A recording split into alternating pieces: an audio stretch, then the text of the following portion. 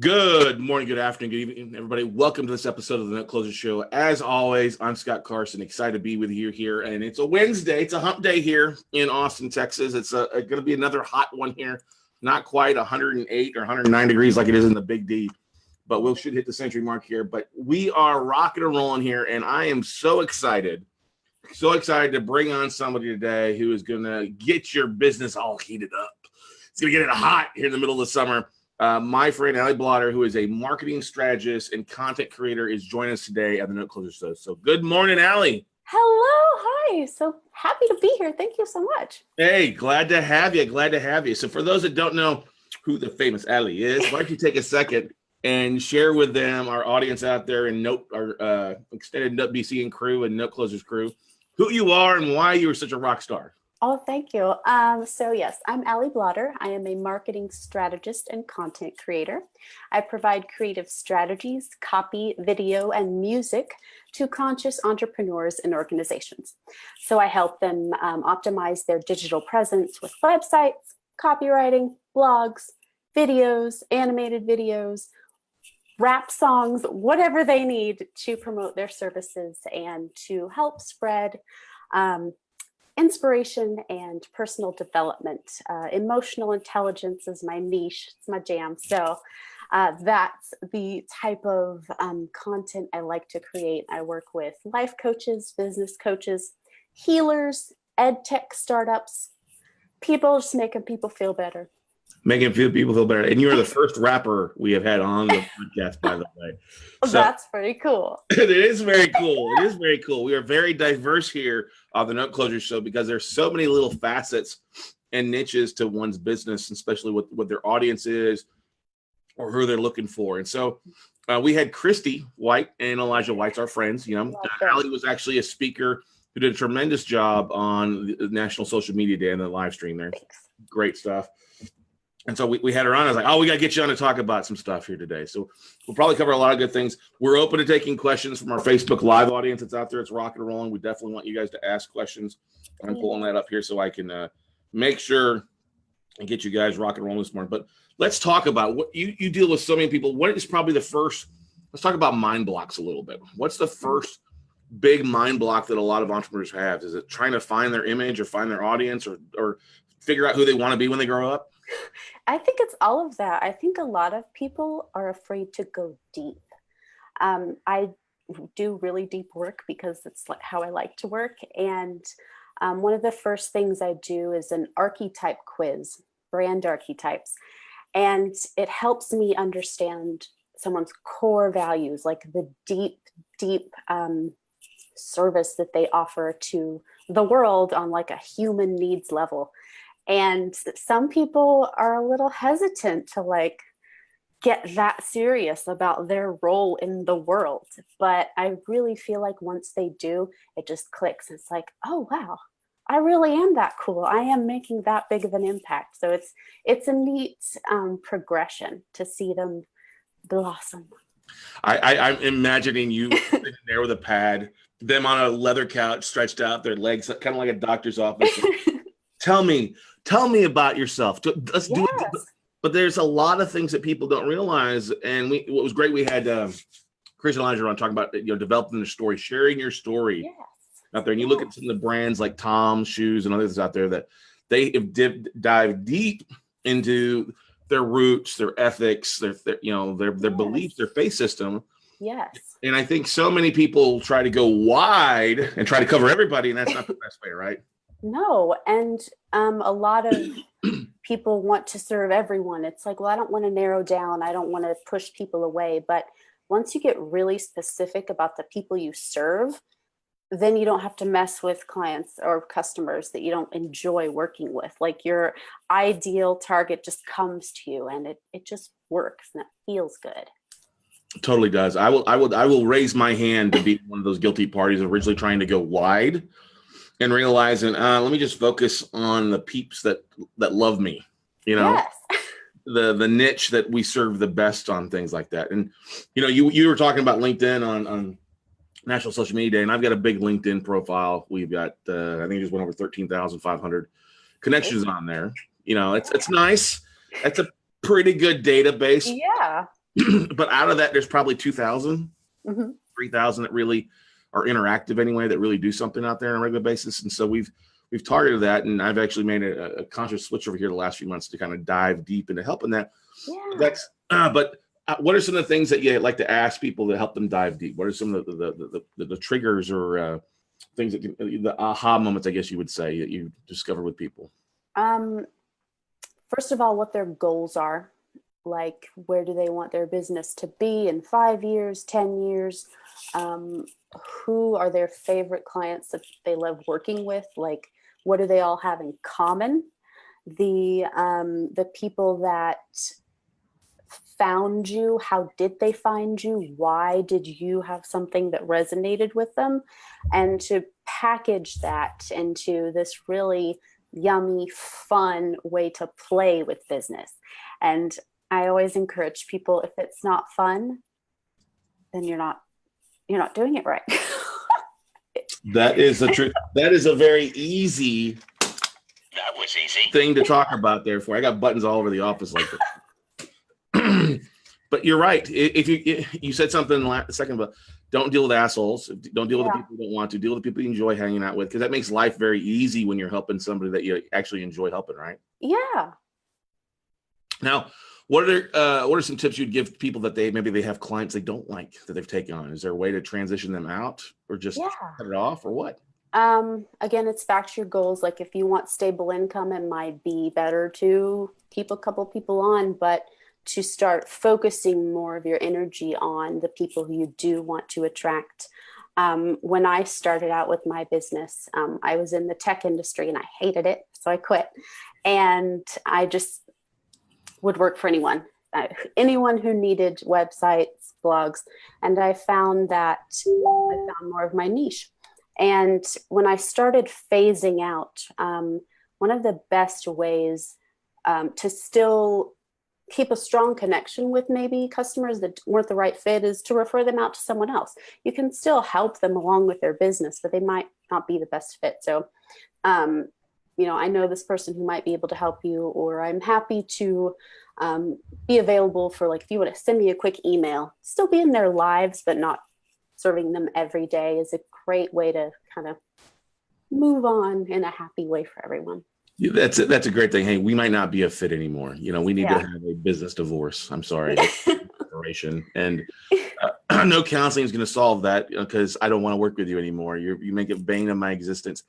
And I joke with people all the time here, because with us in the real estate space, we are obviously networking a lot. We're out talking to potential investors who invest in our business, or to joint venture on stuff and stuff like that. And that's one of the big things I tell students is, like, listen, if you don't like somebody, don't use their money. Don't partner with them on a deal. It will end ugly. Nothing ends on a good note, right? Yeah. And I mean, you're not going to be able to help them in the way they want. So there's no reason to. Like, it's just, So you're talking about some of the content that you create. Yes. What's some of the great stuff that you enjoy creating for your clients out there? I'm super excited about integrating wraps into my content services. I can't say too much, but I am writing wraps for kids to help them understand how to deal with their emotions and process them in healthy ways. And one of my clients, I inspired her to rewrite The Fresh Prince of Bel-Air to be about her coaching business. I think just finding these really fun, creative ways to express value it's an awesome job. So I have to ask the question, who are your favorite rap artists? Who are your favorite rappers? I really like underground artists. Ty Phoenix is my queen right now. Nitty Scott, she has helped a company I really like, Flowcabulary. They create content for kids too. I love Missy Elliott. She's a legend. Yeah. Will Smith. I love the people who are spreading positivity. They're not just talking about their cars and their hoes and their drugs and all this stuff. Like they actually have something to say. So They do have something to say. That's a good thing. Now, have you seen over the last couple of years it being easier to transition raps into business as it's being more kind of socially accepted versus it being so black and white? And I don't mean that in a color face, but just like, oh no, you either loved it or you hated it, right? But it's much, and I think that, the Fresh Prince of, we got to thank Will Smith a little bit for making it transitioning a little bit with the Fresh Prince of Bel-Air song, but that's such a unique, different approach to business. Is that one of the things that you like to recommend to people? Hey, if there's a way to shake it up, let's shake it up a little bit.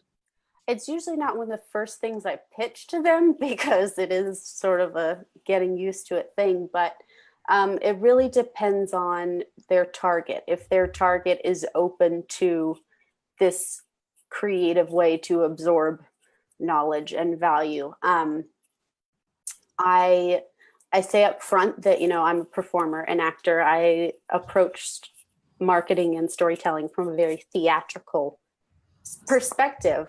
And if they're open to that, I'm like, yes, let's go. If they're not, I'm like, okay, down the line, we might think about it. Mm-hmm. That's a good idea. But it's just coming from a different approach. Because I honestly think that's a great way to look at things, a theater, a performance thing. Because in today's marketing, in today's business, everything's so visual, right? Yes. We have an attention span of less than 9 seconds, of less than a goldfish, right? Yeah. I was watching TV the other night, I think, traveling. I was like, every commercial come through was food. It was always like food coming up, the burgers, the pizza, the wings, Yes. The visual aspect. And I turned to Steph, I was like, damn, I just got hungry for some wings. That marketing worked, right? Mm-hmm. But that's the thing. Do you think about it? It's so visual. And I'm sure you see and everywhere we're going, you talk about LinkedIn bringing video on, Facebook Live, we talked about before, Instagram TV. It's becoming more and more about video. And a lot of people are scared about getting in front of the camera, right? Mm-hmm. What are some of those big hurdles that that people have about getting in front of the camera that really, once they get to rock and rolling, it's really not that big of a deal? What are some of those big things that you've helped people with? A lot of them are just not comfortable in their own skin. They can sit one-on-one and tell their story, but the thought of being judged on a mass scale is it's scary for them. And so I really try to encourage them to think of exactly who they're talking to. Get a picture of a person in your mind who could be your mom, your friend, anyone who you love talking to. And when you talk into the camera, picture that person. And it also helps with the authenticity of coming across on camera as not like this robot in headlights. It's, talking to a person. And the hard thing about like Facebook's Live is you don't get that feedback. In normal conversations, you can go off facial cues and it's that cycle. But to imagine what that person who you're picturing, how they would react to what you're saying. And it's creating that full 360 experience in your mind before you step in front of the camera. Mm-hmm. Mm-hmm. That's a good thing. That's definitely a good thing. I like the idea, but I've used this in the past of putting the sticker right below the camera and say smile or smiley face. But the thing, they talk about, imagine everybody naked in the audience. Well, that doesn't really work for a lot of people, right? That's not how you naturally act in society. So, right. Yeah. So what are some of the other things that you're doing? What other types of content are you creating for some of your clients out there that are a little bit off the beaten path? Well, one solution to the camera shy people is animated video. Explainer videos, the little whiteboard people. I call them paper dolls on crack. I like that. It's a great way to explain really complex concepts in a fun, engaging way and illustrate really how systems break down. So I really like that. Mm-hmm. One of my clients was a leadership coach and her theme was Leadership XO. It was sports. So I had little football players and basketball players acting out leadership metaphors. And it's just a fun way to learn. Yeah, that's an easy way to learn. If you've got the story behind it, it makes it very creative too. And having somebody else draw that where you're not the focus, Yeah. The video, but your stick figures on crack are. I love that. It's a great thing. Yeah. Figures on crack. I gotta remember that one. Can I use that? Can I use that at some point? Take it. But we see those working very well because it helps people get the message out. We see it especially in the real estate entrepreneur side. You seen a lot. I haven't seen much of that going in on the LinkedIn side, which is kind of a place where a lot of the CEOs, the business owners, and stuff like that, especially with our avatar for most real estate investors being 35 to 65, spend a lot of time on there. What are some of the strategies that you would recommend to use on LinkedIn to help kind of get the message out or draw a bigger audience there? Storytelling, 100%. However you're spending your day, if it's, you mentioned going to Michigan and driving all over everywhere, that's part of your job, that's part of your story. So taking pictures of those experiences, recording those experiences, putting them on LinkedIn. A lot of people have this perception that LinkedIn has to be businessy, have to be professional, but the most engaging stories are the one where someone overcomes something. There's an obstacle there where there's a chance they might lose. So if you share those moments on LinkedIn, people are going to relate to you more. I was touring this house and this was wrong. Like there's a leak, I don't know, but something catastrophic happened. And then the story of how you fixed that problem, how in the end you sold it for like 5 times whatever it was worth. Like those stories are concrete ways to let people know, this is how I spend my time. This is what I care about. And this is how you can benefit from, my services. That makes sense. That's a really good aspect of things. Because it doesn't have to be an hour-long story. It can be short 2-minute, 5-minute videos, case studies, quick case studies. People love to hear that. The good, the bad, the ugly. Actually, I think from stuff that we do, I think the ugly draws a bigger audience than the good, huh? Yes, because that's how people they love drama. I mean, reality television. We love drama. People just are magnets to that stuff. So if you give them that, and then at the end, how you overcome it, or even if you don't, even just learn, I'm not doing this again. They love it. Embrace it. Embrace the drama. Be a drama mama. With intention, with values. With values. And stick figures on crack. Yes, those two. So now we talked a little about using that. What are some big faux pas that you see people making out there that kind of drive you bonkers on things? What are some biggest mistakes you see people making? Particularly on LinkedIn, social media, they share something and they don't share why it matters. It's like, this was a really great article. This video is so cool. I learned so much. It's like, what did you learn? What specifically did you overcome because of this? How did you apply it to your life and your business? Why does your audience care? Why should they read it? How will it help them in their lives? To get very specific, I think a lot of people just want to push out content for the sake of having content without the strategy behind it of how is this piece of knowledge going to benefit someone else and why. I think a lot of people lack intention, and I try to help them be very specific to create these gates of, does this piece of content fit your values? Does it apply to your audience? Does it help you reach your goals? Then you can post it. And that makes sense. That really makes sense. I'm sorry to interrupt you. Go ahead. Yeah, just the intention, post with intention. Because I think a lot of people are taking services like Hootsuite or Buffer, which are great to help set things up. But then a lot of times they just enter in an RSS feed from a website, and it just publishes. It's just republishing, but they're getting upset because they're not seeing a lot of interaction or because they don't share that one nugget, why this is important, or hey, great article on foreclosures. Well, who needs another great article on foreclosures? How's this help? How does this help me? How's this going to help? Basically, why it is important to your avatar, I guess is the question I asked. Yes. And I lost my train of thought. Yeah, it's gone. But yes, I agree. Have that intention of That's why good. it matters. It does. It makes complete sense because it matters to you. You should share that versus, just an article out there, just throwing up on people with information. Sometimes less is more a little bit, huh? It really is. I mean, to post maybe 2 or 3 times a week and that was the thing I was saying, start a conversation. To post 2 times a week and start a conversation versus 10 times a week without any context at all is more effective. Mm-hmm. That's a good thing.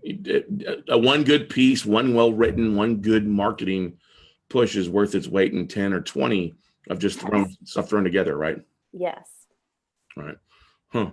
Now, for those that are trying to draw an audience, besides sharing articles or sharing videos, any other interesting things that you've used? I mean, with like search engines or Facebook targeting and things like that, or LinkedIn targeting? Because it's so unique with the search engines on LinkedIn, people type in keywords to try to find people there now, huh? I stick mostly with the organic content side. I don't get into like ads and paid stuff. I prefer to train myself on the storytelling, like the algorithms. I do keep up with them, but it's not my passion. So I tend to stick more with teaching my clients how to tell their story intentionally, and whoever is looking for it, they'll find it. Mm-hmm. I think it's a great suggestion because we all know that Big Brother is constantly changing the numbers on the advertising and the ads. I think there's been a big push, especially last month. A lot of companies are dropping a lot of money into like Facebook ads, and now my audience is cut in half, or it's a third of what it was. What am I doing wrong? And I'm like, you're not really doing anything wrong. It's just that Big Brother is changing what you get, right?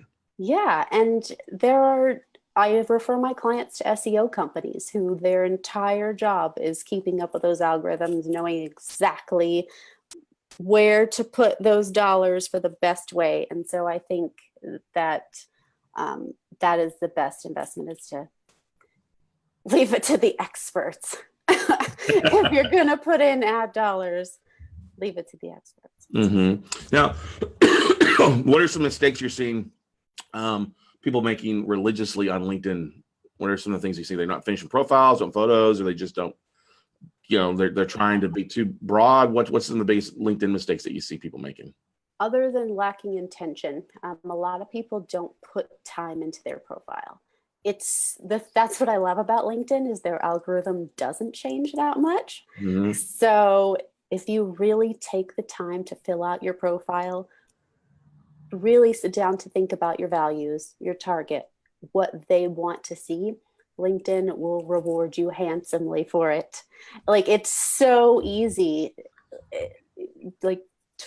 trying to keep up with Facebook algorithms, Instagram algorithms. Like LinkedIn, all you have to do is just know who you are and engage, and you'll show up at the top of the rankings. Like, it's not that hard. A lot of people just slap on that they worked at this company from this year to this year, instead of going through taking the time to do the resume bullet points, put in those keywords, numbers, get specific with how many team members you have, the budgets you work with, the locations you're in. The more detailed you are, the better story you tell, the more LinkedIn will reward you for it. That's a good point, because there are people out there we come across that have just, barely anything on there. And you're like, well, okay, they don't look that interesting, right? Yeah. It's kind of, I teach LinkedIn as a storytelling, like your character. Everyone wants a very detailed character. What does their hair look like? What is their favorite food? Like, get really specific about painting a picture of your character on your profile, so people know exactly who you are and exactly what you're about. So that's a really good point. I'm glad you bring it up. That goes back to the theater side of acting and things like that. Knowing your character's motivation, whether they smoke 12 packs a day or they're drinking green tea everywhere they go. Yeah. Specific characters that people act. I've never heard it discussed like that, but that is such a great analogy on LinkedIn, because it's a resume. It's the closest thing to having an online resume for the most part, besides being on monster.com or something like that. And that's not where you want to be. But taking the time, good photos, sharing really the story about each job, because that's a lot of things that people are looking for. Yes. The personality, like your jobs and your clients, they don't totally describe the why, the motivation of what you want to do with your life. And it's again back to the deep stuff. Mm-hmm. And being open and vulnerable and showing that, because people you work with, they like you not because you have these skills or these talents, but they like you for your personality. So if you show that on LinkedIn, the people who are attracted to that will find you so much easier. That's a good thing. For those that are out there watching right now, what questions do you have for Alli? Because she's having some good stuff here. Really good stuff. Now, for those of you that have never been right now, hang on here. Sorry. In the theater aspect of things, it's not that hard to think of, but literally that's with so much social media, you literally are running your own kind of media company. Yes. On a daily basis, right? So sharing the struggles, sharing the good things. And a lot of people, I think, are scared to share their mistakes because it makes them look vulnerable, right? But it really makes them come from a stronger point, though, right? Yeah, as long as they show what they learned, and it's like, here, I made this mistake. Here's how you can avoid it. Here's, I can help you, blaze past all the stuff I went through. So it's a benefit, really. And just getting people in that mindset of, this is my life. I own it. This is why I'm awesome. Right. It's my life. Own it. You like it or not, I don't care one way or another, right? Yeah. We got some great comments here. Laura Blanc shares, I like making content relevant to your target audience, which is important. Brady Dew, our mortgage medic out of Dallas, Fort Worth, says, so what's in it for them, not what's in it for me? Yes. With websites. Oh my gosh. People at the top of their website, I'm so-and-so. It's like, no, it's like, first the target. What do they get? What is their benefit? And it's a struggle, but people can get it. It's a daily struggle for some people, definitely. Yeah. Let's see what else you. Chris Bull says thumbs up. Scott Van Campen likes the Detroit shirt. That's awesome. Good stuff there. Elijah says good morning, by the way. I see Elijah. Oh, good morning. Laura Blanc there. Chris Bowles, Carolyn Matt. So one of the things too, I'm sure you're talking with your clients on a regular basis about email marketing to their clients. Once they've got somebody that's connected in, how often is too much or how often is too little to send out to their clients? I really think it's about the quality of what you're sending out. If you're just sending out to stay in touch, you've really got to be intentional about why you're staying in touch. Usually what I do is a lot of like event advertising. So mark your calendar for this date in a month. Oh, just a reminder, ticket sales are today. Just a reminder. So it's very strategic about what you're keeping in touch with them about. And if they are just coming in, to have separate email funnels, particularly for just the leads, the people who are already members, be very specific about how whatever you're doing will enrich their lives. Even if it's just you woke up and got on LinkedIn and posted something. It's like, what did you learn from that? How is what you're doing going to help them make their life and their business easier? And just listen to them. If they say, once a week is too much, I just want once a month, then give it to them. It really is about listening to your specific audience, because it's not one size fits all. That's true, because everybody's different in their aspect. And anytime you can break it down to, that's one thing that I struggle with, because we do so much different events with the podcast, and then we have our weekly webinars that we share to everybody. And I was just doing some numbers on those last night, and we have classes on the regular basis. So it's difficult sometimes when you're running multiple kind of angles for stuff. But for most people that are out there in our audience, a lot of people have a database, and then they're buying assets and they're marketing out to those assets or those contacts. Hey, I've got a new deal to fund. Yeah. And sometimes switching it up, I've told people like, hey, well, if you got something, get them primed ahead of time versus, oh my God, I got to fund something. Now I need to send an email out. You're really kind of behind the eight ball at that point, right? Yes, to have the end of the funnel in mind when you start. So it's like very slowly get them into your fold and your vibe to not let all the information out in the beginning, to have them want more. That's a big thing. So not just propose marriage and children on the first email. Yes, exactly. I often say it's like going dating, like going It on. is. Right? It is. Absolutely. You maybe get a kiss in the cheek or a hug after the first meal, not jump into bed. It's not the type of relationship. That's not the one email stands that you want. I like that one email stand. I'm going to use that. Go right ahead.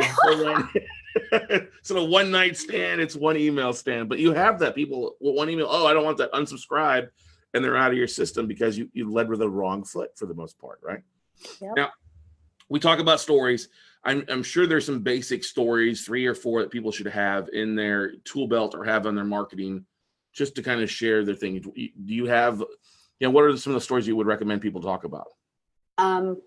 First and foremost, how they got to where they are, like why they decided to become a real estate investor. What is their passion about it? Where were they before? Why has their growth meant so much to them? And the background, I like to tell my clients, no one likes a character that exists in like this vague nebulous space. Their backstory is what gives them perspective, and a really meaty, fun character. So definitely the initial backstory. Sometimes it's fun to play with the future. Like I imagine my business being here, and this is the type of stuff we'll work with to play with that. If it's possible, tell the story of like a sale. If everyone involved is cool with having their part of the story be in there, how that flip worked. And again, the obstacles. In every story, there has to be a big obstacle or else it's not interesting. Mm-hmm. So, and then lessons. If they discovered something that they thought at first, this is going to work, and they fell flat on their face, why was that struggle necessary for them to learn, okay, I'm not going to do that in the future, and then to be able to share that with other people, and here's what to avoid. So becoming that resource for, these are my struggles and I'm going to help you avoid them. Those are great 3 stories there. So backstory, mm-hmm. What you loved about it so much, basically, right? Mm-hmm. Your future story. Yeah. And struggles, anything you've learned along the way, right? Biggest aha moments, I guess you could say, right? Yes, exactly. I like that. That's pretty easy to tell. I mean, that doesn't have to be too long. And then, of course, if you've got happy clients, share their story too. Testimonials, absolutely. Yeah, they always seem to work the best, especially if you get them on video if you can. If not, written is just as good as long as you're sharing it, right? Yeah, and what I love to do is, again, back to the animated video, just throw up a picture of your client and have like their words come across in like fun transitions. Like you can turn anything into video. I know. So easy these days. What are the questions you guys have out there for Alli out there who's rocking it out and making things happen out there? Where do you go? I wanted to ask you this. Where do you go to refresh your mind? Where do you draw your most amount of inspiration from? Music, first and foremost. Nature. I go on hikes. I follow mainly life coaches. I don't follow a lot of marketing strategists because, again, a lot of them are more on the SEO algorithm side. I follow storytellers. That's people who are going on journeys, like travel bloggers, people who are doing really amazing things. And how can I take those stories and apply them to anything, really? Like, yeah, it's I'm just a nerd. I mean, I like I like astrology. I follow that. I food, like I get inspiration from food bloggers, like the stories they tell, like just going to a restaurant and eating a burger, making that sound interesting. I find that fascinating. So yeah, I get inspiration from really random places. Oh, I lost your audio. It helps if I hit the unmute button after I cough, right? Yes. Okay. Who doesn't love food, right? Yes. Whether you want to eat it all or not. But I enjoy cooking too a lot of times. But I'll jump on and I'll watch. Mine is the Strange Foods with a guy from Minnesota, the bald-headed guy is eating rat tail in Japan or bugs here and there. That's just like it makes your skin crawl sometimes, but it's interesting ways to tell a story. So those are, I think it's the great things to talk about is be interesting. Don't be just blah. It's all right. Everybody has some interesting facet to their life, right? Yes. A lot of people don't think they do, but everyone has quirks. Everyone has fascinating parts of their life. Mm-hmm. Well, yeah, I've got some friends out in San Diego right now, and Comic-Con is kicking off there. That is definitely one to go to, where everybody has a little bit of the quirks and stuff like that. I don't know if I would be dressed up as anybody out there. Maybe instead of being the Hulk, I'd just be called the Bulk. Would you still be green? Oh, I would be green. Green's my favorite color. Why not? Yeah, green everywhere here. Why not?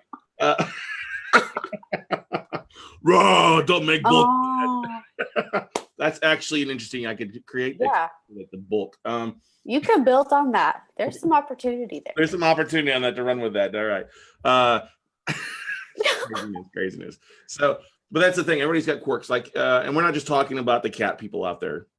Cat people. I think cat people embrace the quirks a little bit more so because we can learn something about the cat people. The story behind Raimi jumping on this or being adorable.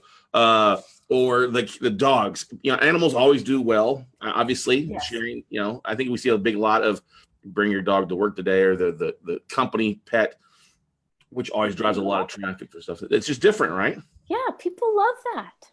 It's fun. A lot of people don't embrace the silly in work. Like that's what makes it worthwhile. Do you think though that sometimes the reason that people kind of stray away from that is they're afraid of not being PC and offending somebody or in some not intentional matter, obviously, but offending? It seems like we've lost our sense of humor out there in the business world a lot, doesn't it? Yeah, and a lot of people I work with are just afraid of not coming off professional, but like the society is evolving and people play ping pong at work and wear flip-flops. Like it's becoming more casual to just live life. And I think embracing that from a marketing standpoint is so beneficial that the lines between life and business don't have to be so divided. Mm-hmm. It can blur a little bit more because we do so much, especially if you enjoy what you do. Yes, exactly. And I mean, you can post pictures of your vacation. Like, this break helped me get this new idea, this new inspiration to go back to my job and kill it. Like everything, there's a synergy. And just to embrace it. Just embrace it. Mm-hmm. And I had some great advice from a mentor of mine one time say that you're not going to make everybody happy. People are going to fall kind of into three buckets. You have the 33% of people that love you. They're going to adore you. You're going to have 33% of the people out there just going to hate you no matter what, dislike you because of your age, your weight, your sex, your height, whatever you wear, your good breath, your bad breath, whatever. They're just going to find something to dislike about you, right? Yeah. And so focus on the 33% of people that love you and then the people in the middle that don't know you, right? Yes. I love, I think it was on Ink. Bank on your strengths. Don't try to improve your weaknesses. The people who love you for who you are and what you do will keep loving you. The people who point out your failures, who don't like you for this reason, you don't want to work with them anyway. Just don't put your energy there. Right. There's just going to be an energy drain anyway, right? Yes. Yes. And don't, if you do something and somebody comes back with a negative comment, just move on. Because I do some crazy things. I mean, we've done the whole, like, we sent emails like get some ass, invent, assist, strategize, support, meaning for ass. Yeah. Or 50 Shades of Gray. You know, do you feel like you need to spank your borrowers? Do you feel like you have a ball gag in your mouth and can't get the words out? Oh, I got all sorts of hate email, but it was one of the best opened emails we sent out. But yeah, and the people who want that, they loved it. They would want more of that. So it's just weeding out people who are the best fit for you. That's right. And unsubscribe can be your friend. Oh yeah, yeah, for sure. Exactly. So do you have a rap you're working on right now? Or you rapped a pretty decent rap at the end of social media day. You want to repeat that? Sure. All right. Yeah, I know. I just threw you on the spot there. Sorry about that. But I think you kind of knew. I see that twinkle in your eye, like, oh, I was hoping I could do a rap. I'm not gonna lie. I'm always happy for the opportunity. But yes, it's almost the anniversary of my Build song rap, so it's kind of exciting. So, a Texas combination of tech and sound teaming with innovation in the bat playground. Explore imagination, make some capital now. We're ATX and we won't back down. Yeah, I like that. Very good. Very good. How do folks get a hold of you to have you come work your magic to help them in their business? What's the best way for people to reach out to you, Alli? Check out alliblotter.com, ALLIBLOTTER, like an ink blotter. Email me, alliblotter@gmail.com. You can follow me and all of my endeavors on LinkedIn, Facebook, Twitter. Twitter's Lil Bree. That's my rap persona. Yes, I love it. Instagram, YouTube, all the places. Holler at me. Let me know what your ideas are. If you have a project in mind, you just want to brainstorm, bounce ideas, let me know. I'm happy to chat with you. Awesome. Alli, thank you so much for taking time out of your Wednesday to join us on here. I'm sure a lot of people are going to get a lot of good out of that. I know that it's the first official rap. He says first official rap here on the Note Closer Show. Thank you so much for being here. All right. Thank you so much. I had so much fun. And yes. Definitely. We'll stay in touch, and I may have to give you a phone call with a few creative ideas to roll out. How's that sound? Yes, that'd be super fun. Please do. It's good stuff. All right, guys and gals, that's going to wrap it up for this episode of the Note Closer Show. Once again, check out Alli Blotter at alliblotter.com. You will not be disappointed. She does some amazing things for clients all throughout Austin, Texas, but also throughout the country as well, helping people out there. Don't be afraid to go out and share your story. We got a lot of thumbs up. People loving your rap on that, Alli. That's great stuff. Good stuff out there, everybody. Well, once again, guys, thanks for joining us. Go out, take some action, take some of the tips that Alli shared. And if you do, I guarantee you'll find an easier way to the top. And we'll see you there, everybody.